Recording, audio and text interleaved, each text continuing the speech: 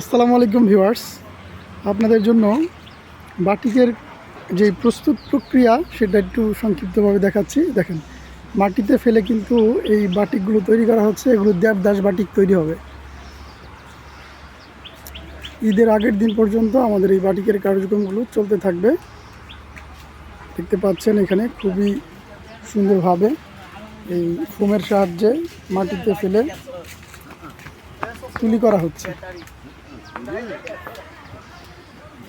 এই জন্যে আপনারা যখন বাটিকটা ব্যবহার করবেন তখন কিন্তু অবশ্যই ধুয়ে তারপরে ব্যবহার করবেন। কারণ দেখেন, এইভাবে কিন্তু মাটিতে ফেলে এগুলা তুলি করা হয়, রোদে শুকানো হয়।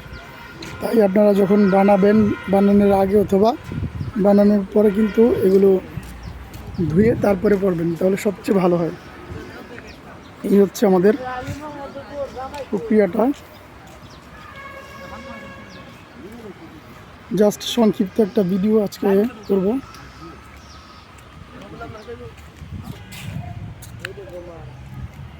এখানে চুনরিগুলোতে তুলি করে ফেলে রাখা হয়েছে।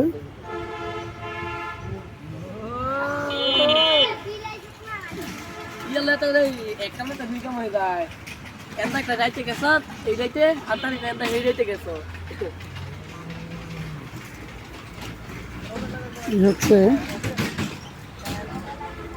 বাটিকের আজকের কার্যক্রম।